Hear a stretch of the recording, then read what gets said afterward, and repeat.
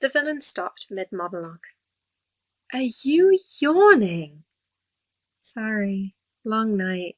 You have no idea how hard it is to get a baby griffin to sleep. Mind if I grab a coffee? Grab a coffee? Where do you think we are? The villain looked around at the decimated warehouse they'd ended up in during their fight.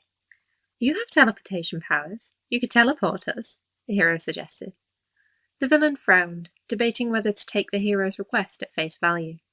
Master of the butterfly effect, the hero could never be trusted to do or say anything without a secondary motive.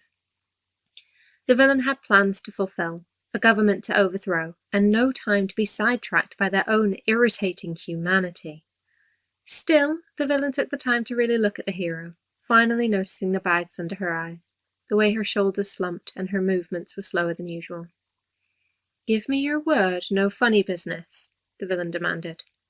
My word, I just want coffee. You can keep monologuing. With a blink, they were in an empty coffee shop. Where are the people? The hero asked, looking around to find even the street outside empty.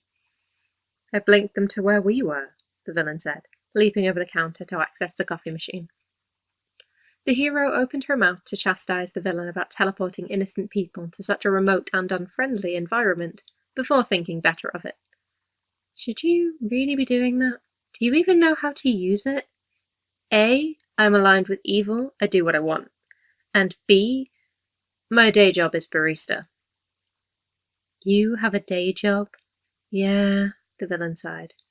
Villainy doesn't exactly pay well. Does your heroism? No, the hero yawned. I'm in full-time education. What do you study? Zoology with a focus on mythical and magical beasts.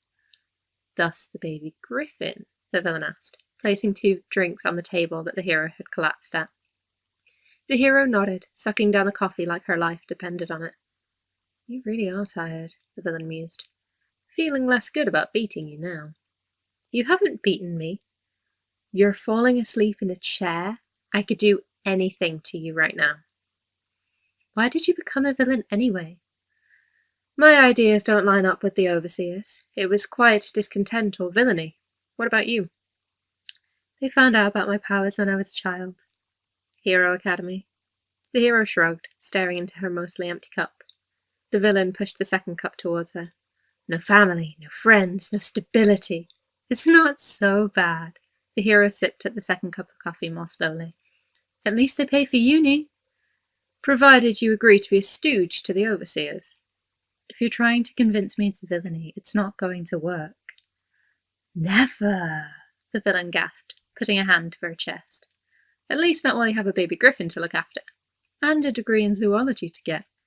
Does that mean you're going to let me leave here?